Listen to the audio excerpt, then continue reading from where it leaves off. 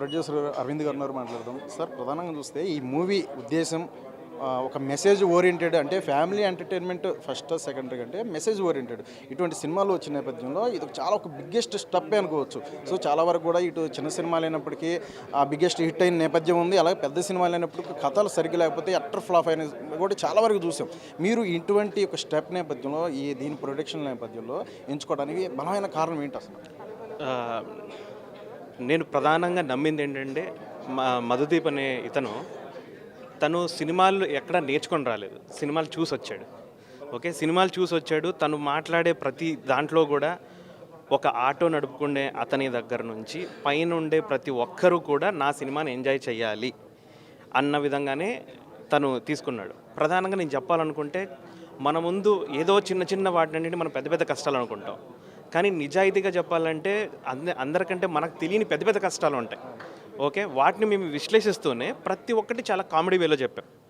Okay, మీరు గమనించినట్టయితే ఇప్పుడు మన సినిమాలో యాక్ట్ చేసిన సప్తగిరి, తర్వాత వైవాహర్ష, నెల్లూరు సుదర్శన్, గుండు సుదర్శన్, ఓకే, వీళ్ళందరూ ప్రధానంగా కామెడీ బలం ఉన్నవాళ్ళు. ఇంకా సత్తిపండు, ప్రతి ఒక్కరు.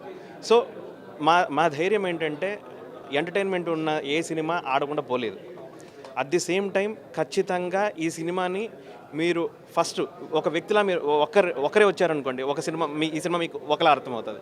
మీరు మీ వైఫ్ తోటి కానీ మీ గర్ల్ ఫ్రెండ్ తోటి కానీ వచ్చారనుకోండి, ఒకలా అర్థమవుతుంది. మీరు మీ ఫ్యామిలీ మీ డాడీ తోటి వచ్చారనుకోండి, ఒకలా అర్థమవుతుంది. లేదు నేను దీంట్లో తప్పులు ఎత్తుకుతానని వచ్చారా, అలా కూడా అర్థమవుతుంది. దీంట్లో తెలియకుండానే ఒక దైవత్వం ఉంటుంది. ఓకే, అది కూడా మేము డైరెక్ట్గా చెప్పాలని చెప్పలేదు. మీరు అర్థం చేసుకొని నేను దీంట్లో ఎత్తుకుతాను, నేను మొత్తం ఎత్తుకుతానంటే కూడా మీకు కావాల్సినటువంటి కంటెంట్ అక్కడ ఉంటుంది. సో మాకు తెలియకుండానే ఇది ఒక గైడ్లా కాకుండా ఒక టెక్స్ట్ బుక్లా తయారైంది. అది మేము ఎక్కువసార్లు దాని మీద వర్క్ చేయడం కావచ్చు, ఇది తెలుసుకోవడం కావచ్చు. ఇంకొకటి ప్రధానంగా ఎందుకు మేము ఇలా చేయాలనుకున్నాం, వ్యవసాయాన్ని ఎందుకు తీసుకెళ్లాలనుకున్నాం అనడానికి గత 2 సంవత్సరాల ముందు కూడా ఇండియాలో రైతు యొక్క యావరేజ్ ఏజ్ 52 ఇయర్స్. 52 ఇయర్స్ అంటే మీరు అర్థం చేసుకోండి, అంటే అంతరించిపోయే కోవలో రైతు ఉన్నాడు. ఓకే, ఇప్పటికి మేబీ అది 56 అయిందో ఎంత అయిందో కూడా తెలియదు. సో అలాంటప్పుడు మనం చేసేది ఖచ్చితంగా హానెస్ట్ ఎఫర్ట్ చేస్తున్నాం, అందరినీ నవ్విస్తున్నాం. సో ఖచ్చితంగా జనాలు వస్తారు, కానీ నిజాయితీగా ఒక కంటెంట్ కూడా చెప్దాం. ఇంకొకటి, పంజాబ్లో ఇప్పటికి కూడా ఒక ట్రైన్ ఓన్లీ క్యాన్సర్ పేషెంట్స్ తోటి వెళ్తుందండి. ఓకే, ఎందుకు? బికాస్ మనం చెప్తున్నా రియల్ ప్రాబ్లమ్స్ని మనం రియల్ ప్రాబ్లమ్స్ అనుకోవట్లే. ఏదో చిన్న చిన్న ప్రాబ్లమ్స్ని ఏదో పెద్ద ప్రాబ్లమ్స్ అనుకొని ఆ బావిలో బతికేస్తున్నాం. సో ఇక్కడ మేము ఏంటంటే దాన్ని ఓపెన్ చేసాం. So let's see. కాబట్టి జనాలు హుక్ అయ్యి ఎంజాయ్ చేస్తూ దీన్ని చూస్తారని మేము భావించి, ఇంకా మధు మీద గట్టి నమ్మకం నాకు ఏంటంటే ఏది డిస్కస్ చేసినా మా ఆటో అన్న ఎలా చూస్తాడు ఈ సినిమా, ఈ సీన్ ఎలా చూస్తాడు, మా మధ్య చాలా డిబేట్లు జరిగేటి.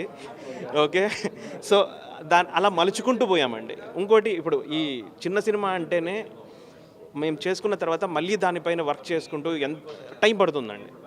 ఆ టైంని కూడా నేను ఒక ప్రాణప్రతిష్ఠ కింద భావిస్తున్నాను. ఓకే, సినిమా అయింది, తర్వాత మేము ప్రాణప్రతిష్ఠ చేసి దాన్ని ఇంకా ఏం బెటర్మెంట్ చేయాలి, దీన్ని ఎలా తీసుకెళ్ళాలి అని మా శక్తిని దాంట్లో పెట్టాం. ఆ బొమ్మకి ఒక శక్తి వచ్చిందని మేము నమ్ముతున్నాం. ఇంకా ఆడియన్స్ ఇంకా ఎలాగో మాతో తెలియకుండానే మా దశావతారాల్లో విష్ణువు కూడా ఎలా సినిమా మొత్తం ఉంటాడు, మీరు చాలా క్షుణ్ణంగా చూస్తే అది అర్థమవుతుంది. సో ఆయన మీద నమ్మకంతో ముందుకెళ్ళామండి. నెక్స్ట్ ప్రాజెక్ట్ ఏమన్నా ఉందా? నెక్స్ట్ ప్రాజెక్టులు ఆల్రెడీ కొన్ని రాసుకుంటున్నామండి, కొన్ని జరిగే ఇవి ఉన్నాయి. ప్రస్తుతానికైతే ఈ సినిమా అయిన తర్వాత ఒక వారం రోజులు హిమాలయాలకి ఎక్కడికైనా వెళ్ళేసి వచ్చి తర్వాత మొదలు పెడతారు.